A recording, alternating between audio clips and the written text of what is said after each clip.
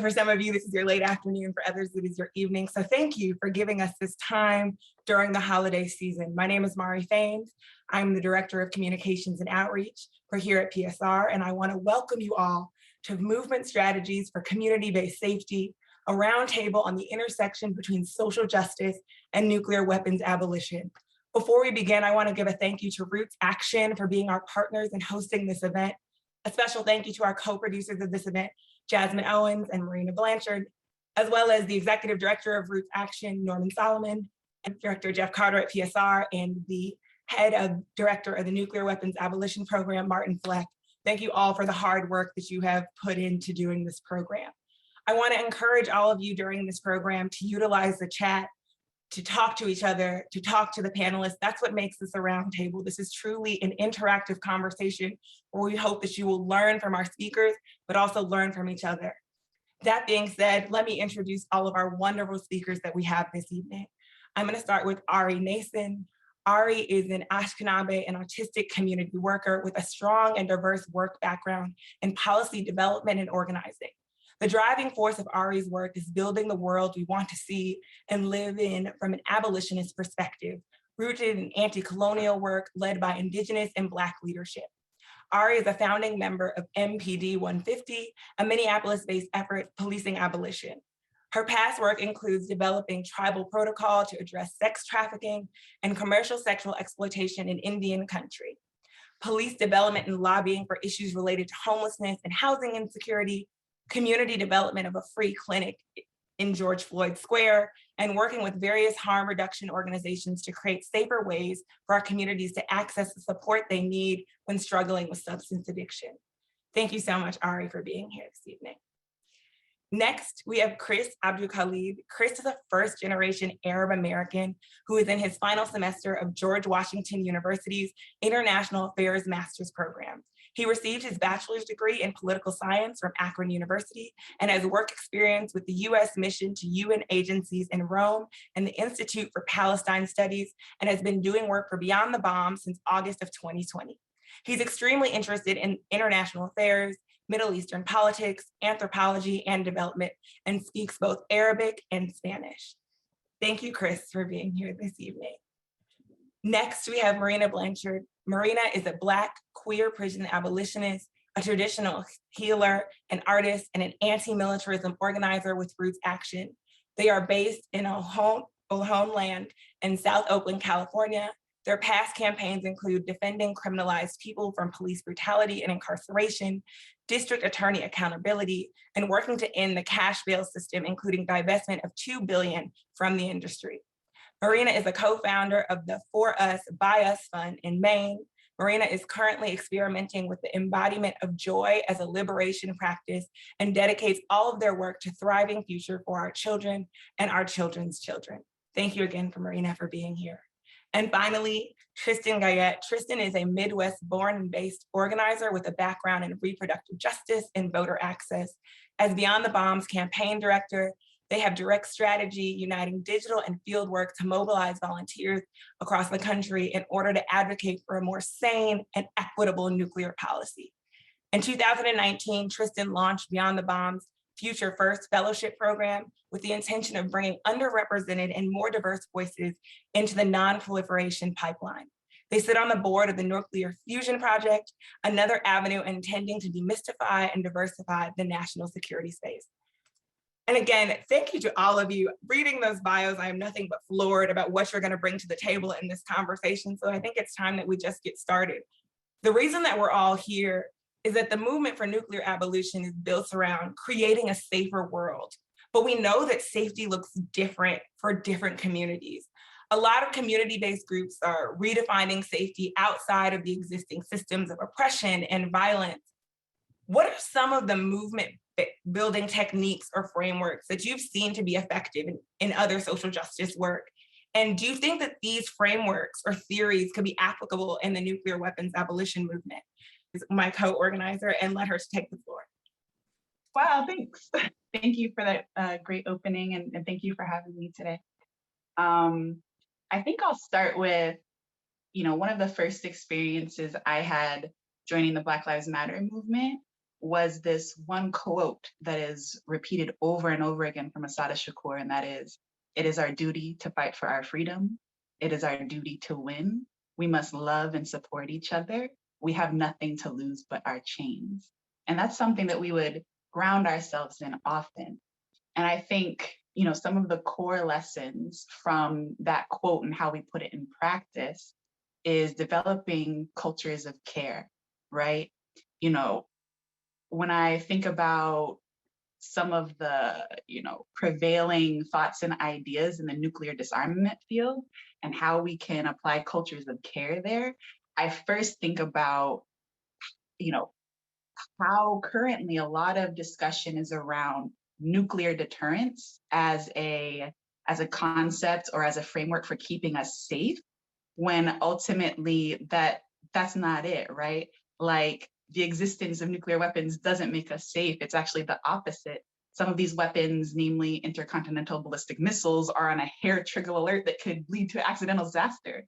So the existence of these nuclear weapons anywhere is a threat to life everywhere. So I want to stop talking about deterrence because it's a lie, and I want to move us towards frameworks that acknowledge, that allow for space for cultures of care to develop, right? So we can acknowledge that conflict and harm happen. So what tools do we have, or can we imagine, to resolve conflict beyond war or beyond mutually assured destruction?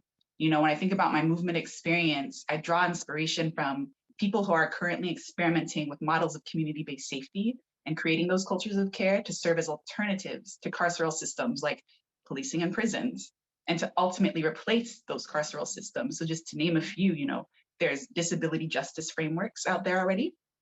There's community-based response to mental health crisis by groups like Mental Health First in Oakland. There are developing community defense hubs to protect our people from systemic oppression. And so how can we apply some of those movement lessons to our work when we're building out this movement? How can we share a vision of justice and peace, that can invite these folks in? So I imagine personally that deterrence can be replaced with visions of interdependence and global solidarity among and with oppressed peoples. And I'll pause there to let other folks speak to this question. Thank you so much, Marena. Tristan, I know you've been in this space for a long time, but didn't originate here. Do you want to elaborate on some of the intersections about movements in which you've been involved in and how you can see them intersecting here in this conversation? Yeah, certainly. Thank you so much. And thank you so much for having me here. A lot of what Marena said really resonates. And I think my background in reproductive justice and voter access, when I applied at Beyond the Bomb, I knew nothing about nuclear weapons. I knew precious little about foreign policy. And the longer I'm in this space, the more that I realize I know even less about foreign policy every day than I thought I did. But at Beyond the Bomb, we talk about nuclear weapons like they're issue zero. And the idea being that they intersect with so many of the other issues that we care about. So if you care about climate change, if you care about the bloated defense budget, if you care about restorative justice for Indigenous communities that have been impacted by the development of these weapons, there is a space for you in this movement. And I think it's up to us as this movement to start making those spaces a little bit more obvious and more welcoming. They've looked the same for a really long time. There's a great phrase in the community, pale, male, and stale. So I think the more that we can kind of like have conversations like this, where we have folks like Chris and Marena and Ari, and I'll be honest, like I'm probably not the most diverse candidate to be here speaking, but I appreciate being given the space. So I just think the more that we can have conversations like this and make those connections and really show up for other people in their movements, because we can't ask people to show up for us in our movements if we're not showing up for them.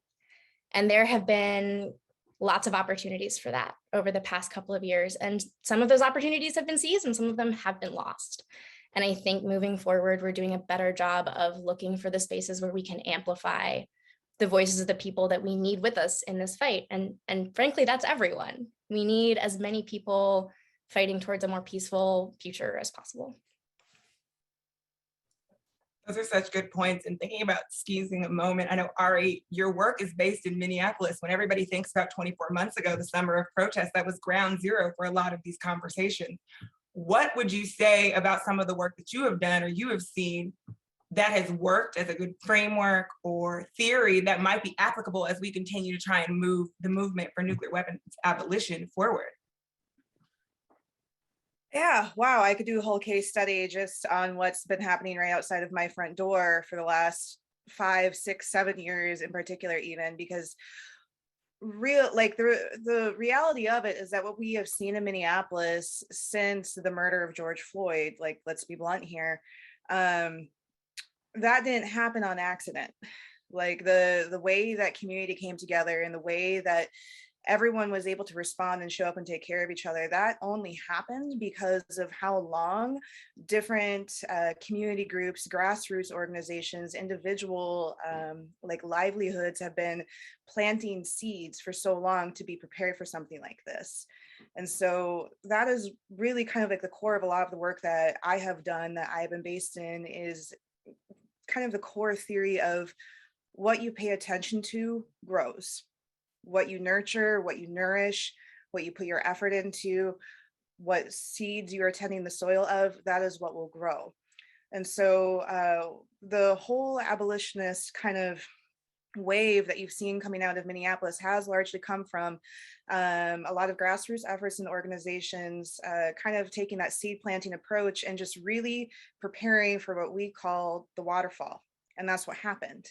And so we were ready. We were ready for this to happen. And yes, it has been messy and imperfect, but it's been full of love and care and choice and radical, like, future building.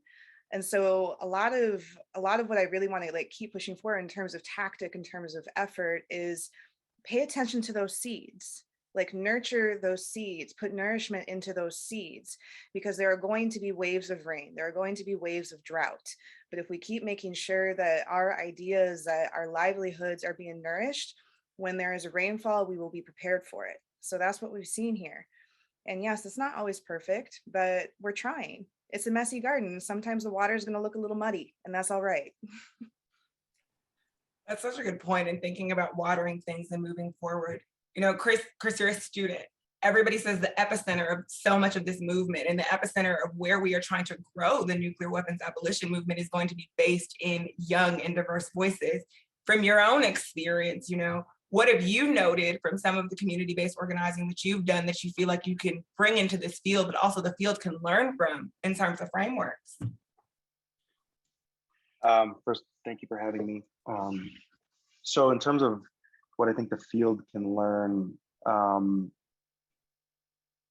I actually spoke with Tristan a few days ago, and one of the things that I think that the community can kind of learn is to actually like allow the young people to properly engage and fully engage with the work that's going on in the field, you know, whether it's through internships or fellowships or volunteering or whatever it may be, kind of actually give them a real seat at the table rather than a one that's just their name, you know. I think that's one thing that throughout my experience, and that's one thing that I'm really glad that I've been able to experience through my time with Beyond the Bomb, whether it was as a fellow or an intern or whatever it may be, was just actually being able to have an active hand in what is going on and not just doing kind of meaningless, work that is only important in name, I guess, if you want to call it that. So actually being given a seat at the table that means something, and being able to do impactful work rather than kind of the cliche, internship role or whatever it may be. I think that's something that, for me at least, that's something that I've been lucky to find at Beyond the Bomb, that I think could be very important for the youth to actually get. I mean, it's weird calling myself youth. I'm about to be 28, but younger people in college, a lot of my internships, we didn't really have that kind of attention given to us and responsibility given to us as interns previously. So I think actually giving the youth kind of a real stake in it, rather than just say, hey, this is your future. Like, that is a real stake, obviously, but give them a hand in their own future kind of thing from a young age. I think that's important. Thanks, Chris. Oh, go ahead, Tristan. All right, thank you so much. I just wanted to add on to that, that I think that that's something that we can learn from other movements too, is like the people who want to volunteer for you and who care about your cause, like they're not dumb. They can understand pretty much everything that you like. We have had such great success asking people to do things like fill out appropriation forms. And that seems really wonky and weird, but it's super simple to break it down and be like, hey, your representative doesn't hear from citizens on these forms. It will take you 5 minutes. And I feel like we really have harmed ourselves by assuming that these concepts are so difficult and complex that everyday citizens can't possibly care or understand about them. And we have to dumb them down because that's just not true. And I think go ahead, please go ahead. No, finish your thought, please. Oh, I was just going to say, I think it gives people so much more agency over this work and so much more determination and like joy in doing this, with, like, let's be honest, very depressing work when you feel like you have that agency over it. Mm-hmm. Yeah, I just wanted to piggyback on your point around, assuming that people don't know or don't care about this issue and how that's harmed this movement. I think that, if we look, first of all, we could take a little miniature history lesson. There's this great book out there called African Americans Against the Bomb, written by Vincent and Tandy, and it's just full of stories of particularly like Black folks who have been against atomic weapons since the beginning. And I think something I want to name into this space is like, we do a disservice to ourselves and our communities when we assume that they won't get it. Oftentimes, it's been my experience where like you start talking about this and people instantly get it. And so I think, if a lot of times I also hear like, oh, we just have to educate these people who don't know. And I think that I actually don't think that's true. I think that people are like have a lived experience and that's enough. I think what Chris was saying around like and what you were saying also, Tristan, around like giving people agency and creating those pathways to involvement and building skills so that they can manage their own work and resistance against nuclear proliferation. I think that's really what it takes. And yeah, I'll end there. I know that's also a conversation that like Ari and I have had as well. So I don't know if you want to jump on that too as well. Yeah, I'd like to a little bit here. And so I spend a lot of time thinking about making sure that any type of movement work I'm doing is accessible, like not just talking about physical, digital, but a lot of it boils down to language and agency. And so coming from my own Indigenous communities, like widespread, the biggest threat that we have constantly had is erasure. It is being told that we don't exist, that our intelligence doesn't exist, that our stories don't exist. But the fact is that we have survived. We are surviving. We are working towards thriving, and a lot of us are thriving. And so I would say that a lot about making sure that these spaces, that our movements are accessible, is really, really listening to how communities like my own have been most impacted and how we have survived through this time and time again. So yes, like making sure that your movement is accessible, but also you should be learning from us. You should be listening and learning from my aunties and my elders about how we have taken care of water, taken care of land, and taken care of each other in spite of all of these things that are actively trying to come down on us on a daily basis. Like that's the big stuff. And then looking towards the future, like I'll be honest, I am a burnt out direct action organizer and street medic, and I am no longer interested in fighting against things. I am no longer interested in these big ideas of reform because frankly, every system that is in place is working the exact way that it's supposed to. They are not broken, they are rigged. And so I want to step outside of those. I want to be building our own things that work for us. And that is where I am interested in putting my energy in, particularly within my own communities, and building solidarity across other marginalized communities, particularly between Black and Indigenous communities. Like our liberation and our sovereignty are inherently tied to each other. And so when we are able to talk about that coexisting, then we can go forward. And then also going back to the youth, our kids are angry. They are so angry and they have every right and reason to be. And one of the biggest injustices that like we have faced as a generation, as generations on generations, is the suppression of our righteous anger. And so I want to make sure that we are giving so much space and love and affirmation to the righteous rage of our youth and our kids coming into this movement space. And actually, Chris, you want to go ahead? Yeah, so kind of like to add on to what everyone's kind of said, just from my own experience as someone who's been passionate about social issues and political issues, both domestically and internationally, I had, and I'm not like, I'm being entirely serious. Like when I came into my work, like with Beyond the Bomb, I had pretty much zero clue anything nuclear related. And I'm not saying I'm an expert by any means now, but at all.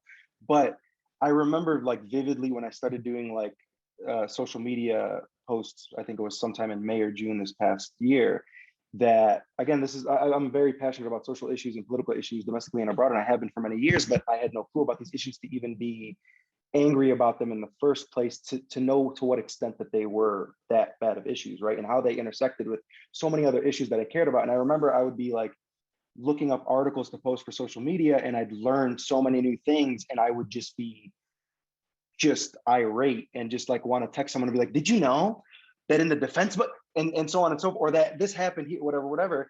And I'm 27 years old, and I remember how much more passion and whatnot I had when I was even in my early 20s. And I've been in higher education since I was 17 years old, and I know I've met so many passionate members of the youth. Is that how you would say it? I don't know, but that if they simply knew, and they care about so many issues just like I do, and probably everyone else here does as well. And if they even knew a fraction of what is actually happening, and were exposed to it, and were given a stake in it, and given a stake in their own future, and all of these things, I just think that alone could do wonders in terms of bringing the youth in to kind of be more involved with this. Thanks, Chris. And I'm gonna be a devil's advocate, because that is my job as the moderator, to interject devil's advocate moments into this work.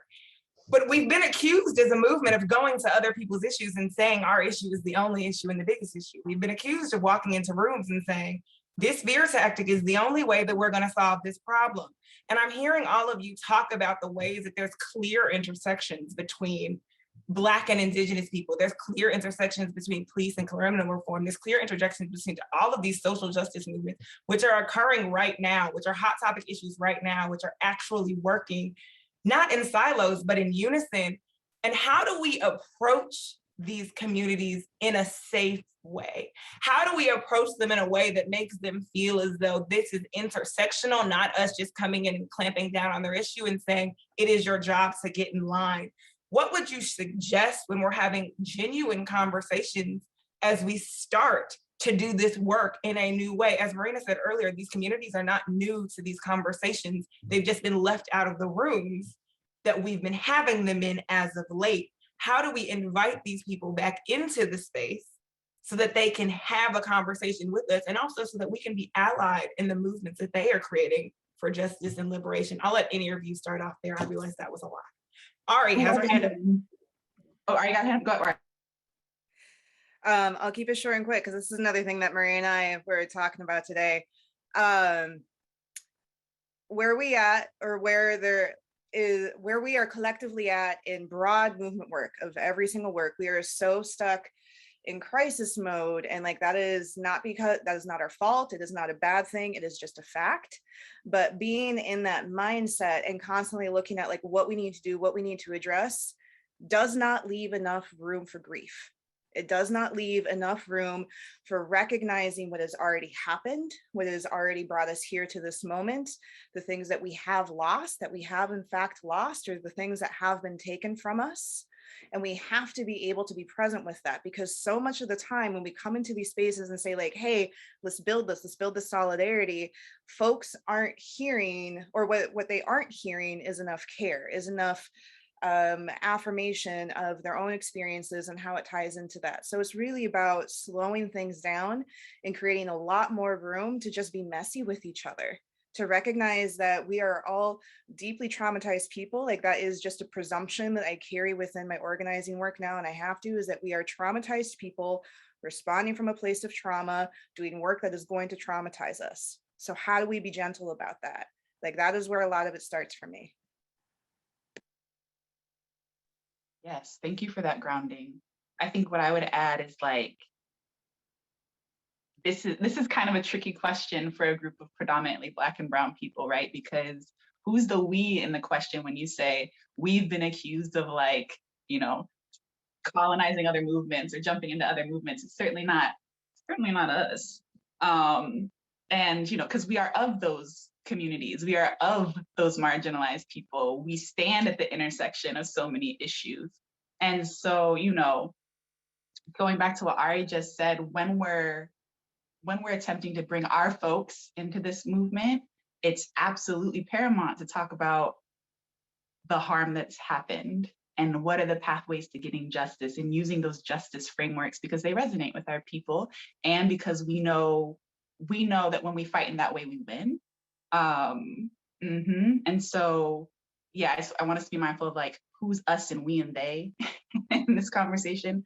And I also think that, you know, we meaning Black and brown people, marginalized folks, can fold and have been folding multiple issues. Like we don't live single issue lives, we live multi-issue lives. And it's very natural for us to like fold multiple issues in together. And so when we talk about the broader nuclear movement, then yes, we should say you need to start using justice frameworks, you know, and not in a way where it's like we're pushing nuclear abolition on top of anybody, but we could say, we could use the framework of like divest and invest, right, from prison abolition and police abolition work, which is if we divest from nuclear weapons, then we have all these other funds to invest in the sort of social things that we need, like healthcare, et cetera. If we you know, we could also make arguments like, you know, nuclear abolition is a climate issue, you know, and here are all the ways that this impacts the climate. And we're standing in solidarity with all other folks who are impacted by climate in different ways. So I think there's something there about holding in the frameworks and also standing in all solidarity, because it's not just using the verbiage from other movements, but like, yeah, finding those moments to work together on things. And I'll pause there. Senator Chris, I want to give you an opportunity to answer. Otherwise, I have another question following up on Marena's point, unless either of you have something. I don't. I feel like y'all covered it so well. As not a person of color in this room, the only thing that I can say is like we have to stop. We as in us pale folks need to stop talking about what we're gonna do and actually just show up and shut up and do it. Like show up, keep your mouth shut, listen to what you're told to do by the Black people or the people of color that are leading the movement that you have shown up to support. And then maybe down the line, y'all can have a conversation about your issue after you've actually proven and stop just talking about how you're gonna show up and support. But Chris, before I move on, pending thoughts. I think they got that one. They killed it. So Okay, great. Well, Marena, your point brought up a really interesting thing for me, because I can say we very fluidly because I am Black and brown and I am of this community. So I can flip the we however I so well please. But that's not necessarily the case in every conversation we have. That's unique to the conversation that we're having in this room. And to Tristan's point, I want to go back to what you were saying about being an ally in this space and stepping into another room. I wonder if you feel comfortable elaborating on what you feel like stepping into these other spaces that we are trying to intersect with in ways that we, the nuclear community, can step into these spaces in equitable and intersectional ways that are helpful. I mean, even looking at your work with Future First, you can elaborate on some of the ways that you've had to humble yourself to step into rooms, to invite new people in. And I think that would be really important to this conversation. yeah, I think it's constantly a struggle of what is genuine. And I think whether it's because I can be behind a computer screen and feel something is genuine because I genuinely care about this issue, but it doesn't translate that way. And being mindful of that is something that I've frankly had to learn, because for me, it's very easy to see the connections between reproductive justice and nuclear weapons issues. And the recent SCOTUS hearings, for example, I was like, we have to be saying something on social media about how this is like so wrong. And that was a moment for me where I like very recently at least had to think like step back and be like, okay, but is this me inserting myself into this issue from an organizational standpoint, not from a personal standpoint? But is that genuine? Is that sincere? Are we making a point besides solidarity, or are we just trying to use a trending news topic? When it comes to the Future First Fellowship, I think that's something that's really close to me because I am surprised that I ended up in this space. I have an associate's degree that took me 8 years to earn. So for me, a big part of the fellowship was reaching out to people in community colleges and who are not traditional students and who are not going to the kind of colleges where they even learn a career path like this exists. Because I didn't know something like this existed until another organizer like took me by the hand and was like, honey, you need to be doing this more often than you're already doing this. And I just think like that's how we raise more organizers. We use love, we bring them in gently, we meet them where they're at. Sometimes we offer them financial support because frankly, that's what people need. I apologize, I have gone far off the path of your question. That's not a thing. You answered it honestly and authentically. That's what I asked of you. So please don't apologize for being a real person in this conversation. And you talked about that's what people need, right? Nuclear security and nuclear weapons abolition, these issues are about safety and they are about security. And we've touched on earliest in our conversation around security does not look the same for every group of people. And I know that we got a question from the audience that was saying in PSR's history, we've traditionally approached the nuclear war as a survival issue. And it was the threat posed by these weapons to human survival as the ultimate injustice. But when I think about my own community, that is me being a Black woman, that is not necessarily going to be true. And I know that's going to be similar for some of the other people sitting on this panel. So I was wondering if you guys could elaborate on that particular issue around like the framing of nuclear war as the ultimate human survival issue. How do we feel like this fits into conversations about proximate security and safety issues? Marena, I see you nodding your head, so you know I'm going to you first. It was resonating, okay? I was with you. That's why it's not in my head. So yeah, what can I say? I want to say that I think that we Black and brown folks know what we need, right? We know, like Ari was saying, how the system is rigged. We know because we're closest to the pain, to the problem, we feel the pain, and we can name those things, and we've been leading movements for systemic changes since time immemorial, right? I think that going back to my earlier point around like justice frameworks and Ari's earlier point of like, of talking about harm, I think that something that will resonate with our people, something that resonates with me is talking about where the needs are and how we get those needs met. And so in having conversations with our people around like, we're in the middle of a pandemic. And rather than, making vaccines widely available to people who need it at home and abroad, we're spending, $13 billion to develop a new nuclear weapon? That's insane. There's just so many ways that our institutions in this country, their institutions in this country, are death-making institutions. And so that's the thing that needs to flip. And I think that kind of messaging, those kind of conversations are really resonant among people of color. I think we get that. And when you talk about this historically being an issue of survival, it's a hierarchy of survival, isn't it, for us? We gotta address our immediate needs first. And that's something that's so real for us. And I don't think there's any way around that. The only way is through. We have to address that. We have to name that, incorporate those frameworks into our work. And then we can, and we'll stand in solidarity, and then we win. Thank you so much, Marena. Ari, Eric, Chris, or Tristan, I want to give you guys an opportunity to elaborate on that idea of survival versus how it fits in with proximate security. Go ahead, Chris. I don't know, just what I was thinking when you first said the question, and then through the whole, through everything that Marena said.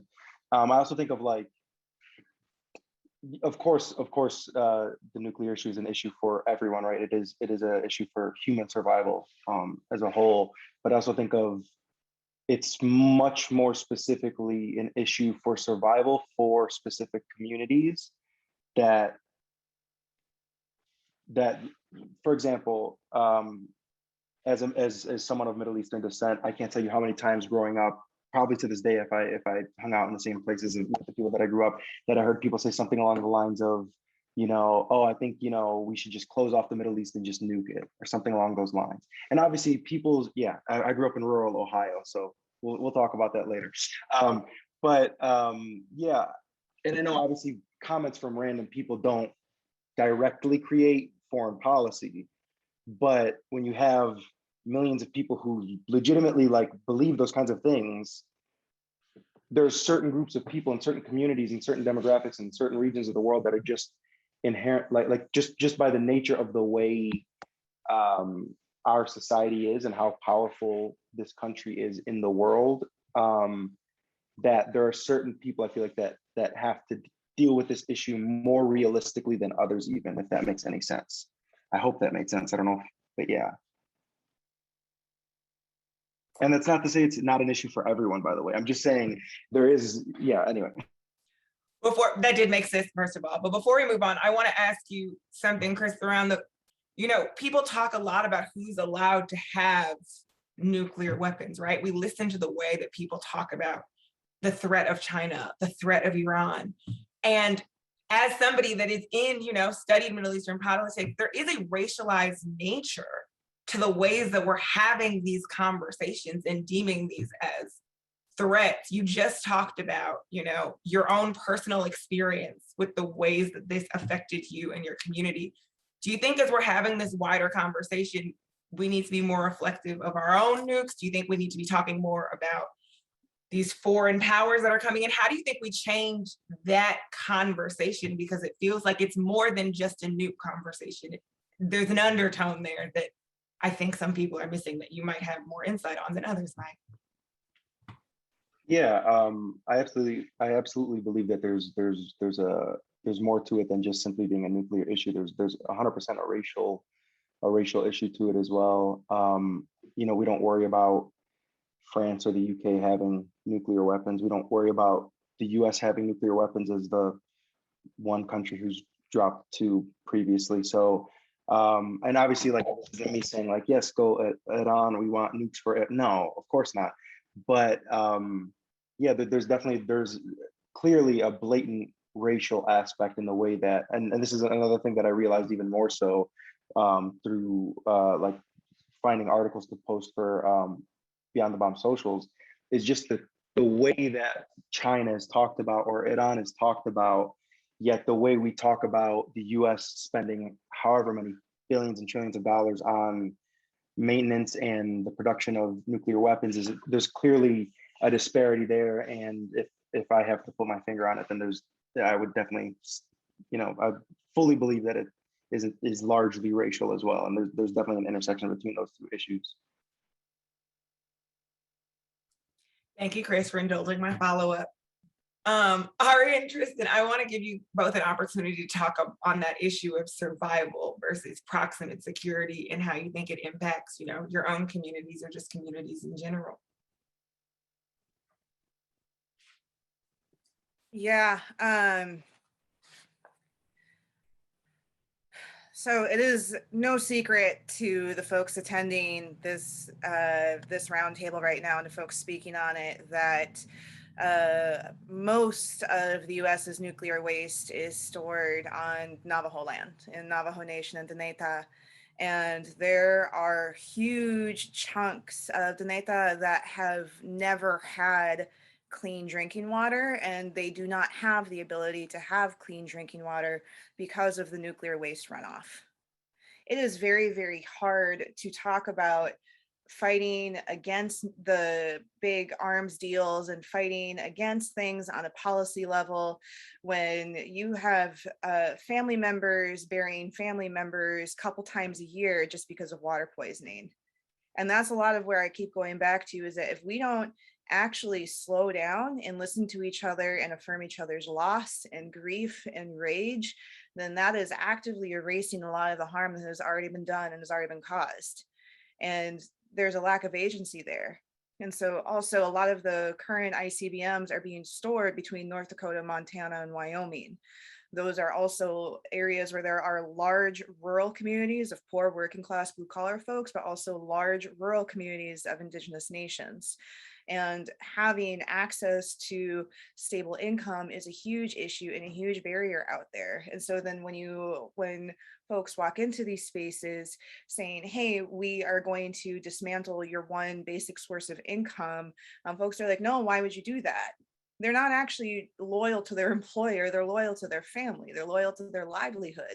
So if you're not able to come in and meet people where they're at, to slow down and to listen, then that is like truly playing into the oppressive stuff. That is truly playing into the ongoing systems of white supremacy, crabs in the bucket type stuff there. And so that is where it is a struggle, and it's going to be a struggle. And that's why you have to really slow this down and bring it down and meet people where they're at and affirm what is on the table of like, yes, looking towards the future. This is a really big life-death crisis situation for all of us. But a lot of us have been going through this much more acutely for a hell of a lot longer than folks at the table are right now. This is not an abstract issue for me and my aunties. This is not at all. Like, this is something where I have family who has lost family directly related to nuclear war initiatives. Like, this is something that directly affects me. So if you're asking me to drop that and care more about like tax policy versus how are we funding the clinics to handle the cancers and the illnesses that are coming up right now, we're not on the same page.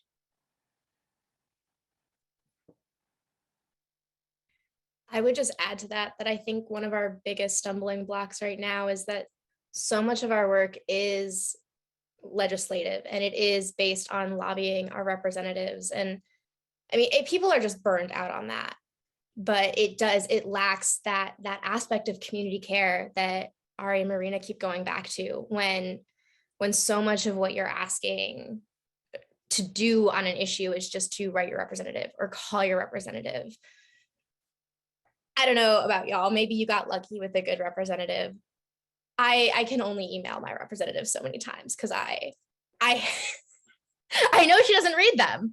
And I think we need to find those more creative ways, the ones that use hope as a driving mechanism and use like reflection and look back on the pain that we've all experienced, because we can't just keep writing our representatives. I think that's a great point. And that's something, Tristan, actually, that we got a question in the chat that was, it's always a challenge to engage with other social justice issues when you have commitment and passion, but your time and your energy is limited. What do you do, or what do you tell your volunteers, your activists, the people that you're supposed to be working with when they have genuine compassion fatigue? You've been working on so many things, you're trying to make so many intersections, and you care about all of these issues. What do you say to people when you're working on these issues and you start to feel that moment where you are exactly where you are, Tristan? You can't do it anymore because you've done it one too many times. Back in and say, I feel like there are opportunities for direct action in the nuclear space.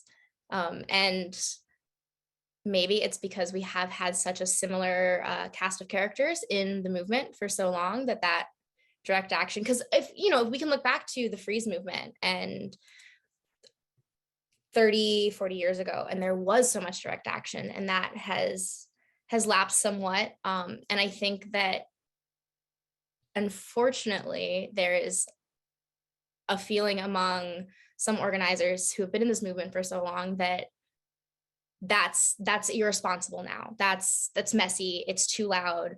people won't take us seriously if we do things like that. And unfortunately, sometimes like you have to drop 50,000 petitions in front of Detroit City Hall.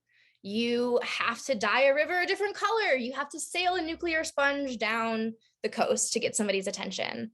And I think that might also be kind of why we're losing some of this momentum, because we're not being loud and messy and getting people's attention and forcing them to pay attention to us. That really hit, okay? You said we got to do some direct action. Direct action gets the goods, okay? And it is, you know, it is a really important tactic in building power, you know?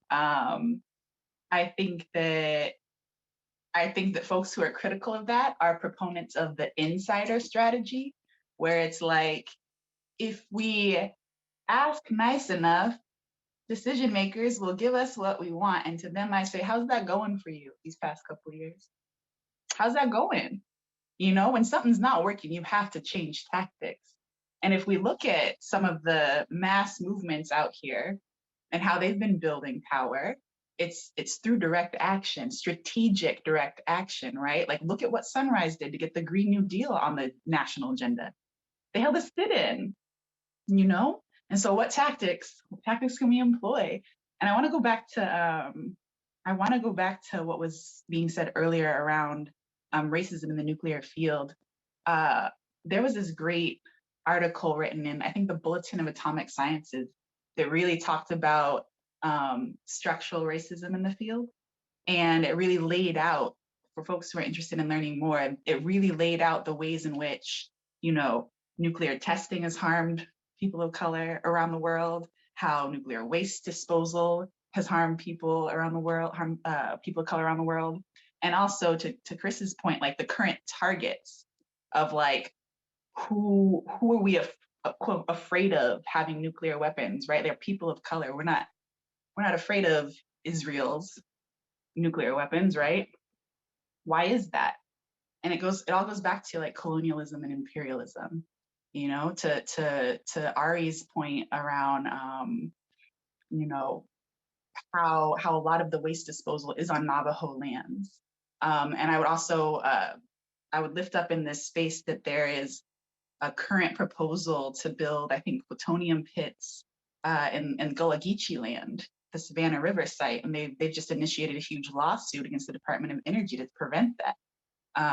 And so, yeah, it's the same communities who are dehumanized and targeted for war and for their lands being exploited. And so what Ari was saying around, like, you know, going into these communities and saying like, oh, we want to take your jobs away, you know, that really speaks to a need for just transition. There was a report that came out over the summer that talked about the ICBM lobby and how this like really old, you know, Cold War relic has like maintains its position in the nuclear triad because of weapons manufacturers' power in DC. And so one of the ways that he suggests moving forward in his report, William Hartung wrote this report, was putting forth this idea of green manufacturing. And he gave an example of a military base that was shut down and repurposed and is involved in like some aspect of green manufacturing. So what can we imagine in these communities to replace, replace these exploitative industries like nuclear weapons production, and replace them with something that we need, which is like clean energy, you know? Thanks, Marena. Ari, did you have something you wanted to add on this question? Yeah, gonna kind of circle back into a few things here right now, but we keep talking about making this movement more inclusive and making sure that we are recognizing how to move forward. And I'm a little floored, I'm a little shaky right now because I just experienced an act of racism within this space here, within this chat. I am I am Anishinaabe and I am a Dakota descendant. I am deeply connected to my people and to my community. And it is so, so important to listen to Indigenous people when we are talking about Indigenous issues. Now, there was just a minor spelling error, like in the earlier group chat where someone misspelled Navajo. Navajo is a colonized term. The phrase that Navajo people prefer is actually Dine. It's D-I-N-E with a little accent mark over it. The term for Navajo Nation is Dinatah, D-I-N-A-T-A-H. And I just gently corrected someone of just saying like, hey, actually it's spelled this way and they prefer this. And I was just talked over. The person just responded to me saying that they are Chippewayan removed and have an Athabascan connection. So first of all, Chippewa is the anglicized version of the French colonial slur for my tribe. It is not a thing. And if you self-identify with Chippewayan, I urge you to reach out to your elders of the Anishinaabe community and ask them what lessons they can teach you. I am not the one, and it was not okay to talk to me like that. It was not okay to correct me about my own people and about my own community. If we want to talk about alienation here, the base level that you can do is learn how to spell our names. That's it. And if someone corrects you with that, you say thank you. And so you want to talk about alienation, you want to talk about how we bring young people in. It is stuff like this that makes me feel really, really, really historically unsafe doing movement work that affects me the most, because I am not allowed to exist. I am not allowed to be to have feelings, to say, hey, this felt weird, and then to have me push back of like, well, wait, I'm actually this too, of like, great, are you connected to your community? Is this your people? But the second you said you're Chippewayan, like that's a red flag. That's a red flag. Like, we are not talking the same language, we are not speaking of the same things, and we are not from the same community. So please listen. I will not be continuing this part of the conversation. Thank you, Ari. I want to close and circle on your point, because I think it's really important that you just advocated for yourself. And what I would say is that, like, when I started this call, I said, this is a safe space. I said, this is a space where we're going to have an integrated community-based conversation because it involves a myriad of different people from backgrounds, etc. And what we've noted, we as a collective, as the Nuclear Weapons Abolition Movement, we as individuals up here on this panel who ascribe to a myriad of different disenfranchised communities, is there is a disconnect. The reason that we are having this conversation is because there's a clear disconnect and erasure of these different groupings, and we need to figure out how to be authentic in these conversations. We've run over the history in a myriad of ways about how this movement has gotten here. We've talked about the erasure of certain groups and how it's manifested today in 2021. And so while that moment may have been uncomfortable for some, it's important that we get comfortable in being uncomfortable, because this movement work with these intersectional groups that we are going to try and link up with is going to be relatively uncomfortable in moments, because we have to unlearn processes that people have said are okay when they are actively not okay. So thank you, Ari. I want to touch on a question because I actually feel like it's very poignant to the point that you just made, and it is talking about, can one of you, and I think, Ari, this might be something when you're ready to touch on, is about the historical linkages between imperialism and colonialism and nuclear weapons policy. I think some of you have touched on it a little bit already, as we've talked a lot about the racialized nature of some of these policies and the groups that they've affected. But I want to let any of you come in here and touch on that question as we're heading near the end. So getting to that, and then maybe one more question from the audience, and then we'll start to wrap if any of you want to start on that. Marena, I see you unmuted. Yeah, I'm happy to start on that. And I also want to say, like, I'm so sorry that happened. I'm sorry that happened to you. I'm sorry you had to go there, period. That shouldn't have happened. That was messed up. All right. And it speaks to the challenges that particularly people of color already in the nuclear advocacy space have ahead of us, right? Which is, how do we make this space more safe for more of us to enter? Because right now it's not. And so what is our responsibility, and how do we create safer containers for our people so that more of us can enter? Because we certainly don't want to expose our people to harm. or more harm than they already exposed to. And so, yeah, you know, to go back to your question, Mari, around the connections between colonialism and imperialism, I think I've talked a little bit already about, you know, the targets, people of color who are around the world who are targets for nuclear testing, nuclear war, and waste disposal. But what we haven't yet talked about is like the root of that, right? The root of that is ultimately for the people of power, the ruling class, how their approach to life, right, in general, their approach to the land in general. It's extractive, it's exploitative, everything is disposable, all in the pursuit of profit, you know, everywhere. Capitalism is driving this machine. Capitalism and racism combined are driving this machine. And so, yeah, those are the connections I would make. And I wanna pass the mic a little bit because I realize I've been taking up some space here. You want to go ahead? Yeah, I want to add just a little tidbit, just to contextualize like how truly big, deep this goes. So on the Neta, where nuclear waste is currently being stored, that agreement was done back in the 80s to have like I shouldn't say agreement, there was no agreement. The federal mandate to have nuclear waste stored on Navajo Nation in the Neta was just decided. Like Navajo Nation pushed back. Nevada actually had their back and said no, but then federal powers that be, like a judiciary committee, vetoed that and said, no, we're going to store it there. And congratulations, you are now signed on for a 300-year contract. Like that is so unethical on so many levels. So starting in the 80s, there's now a 300-year contract that nobody consented to on behalf of the federal government. So we're talking about imperialism. They are not recognizing the federally, like Navajo Nation is its own independent nation. They have their own passports.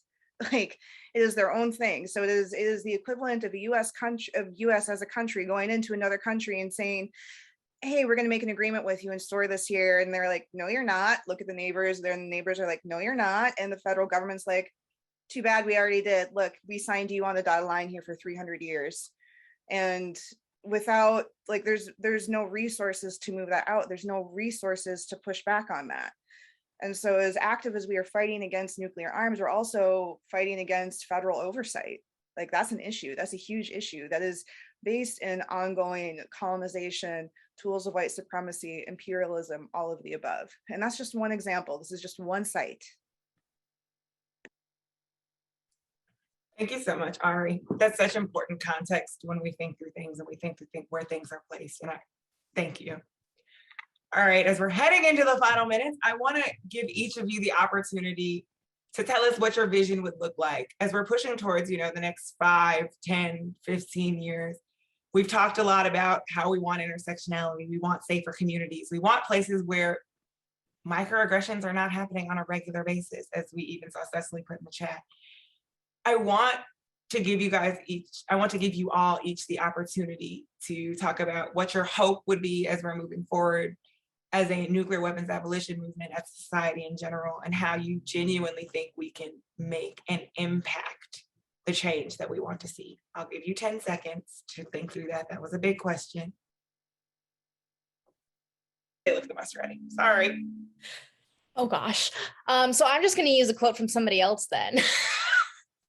No, there's an Andrea Gibson quote, and they're an amazing poet, spoken word artist, and it says, for every day that you paint the war, take a week to paint essentially the future that you want to see. And I go back to the things that Ari and Marena have both said about, living with joy and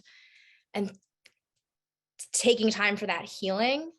And I don't know what the future that I want to live in looks like, but it has all of that space for processing the things that have happened to us and processing them in a way that creates systems where they're not allowed to happen again. Just given the full context of everything we said so far, I want to say that I envision justice. I envision peace. and vision arriving at a time and space where we've collectively figured out, finally, how to live in right relationship to the land, each other, and ourselves without extreme violence. We know that conflict and harm happen, but you know, we need tools for dealing with those things that couldn't potentially end up in the extinction of all life. The future of kind of like, I guess, the nuclear space, aside from, the end goal of, like just no nuclear weapons existing in this space, just more engagement with the youth and with the communities who this issue impacts, kind of what we've talked about for the last at least like half hour or so, largely engagement and involvement, like intended and directional, if that makes any sense, engagement, not just at face value. That's, I guess, what I would like to see in terms of the nuclear space in the next 5 years or however long. What I would like to see, honestly, it's as simple as having the radical ability to choose, is to be able to say yes or no, I can or cannot do this, or do not want to do this on a daily basis, and to not feel like my life is at threat because of it. And like that sounds so simple, but honestly, like particularly after the last year and a half, 2 years, just existing in Minneapolis, like living where I live, going through all that I've gone through, it's really, really given me just that really, really simple perspective of, wow, I cannot wait for the day that I get to wake up and greet the sun and just be happy. It's that simple.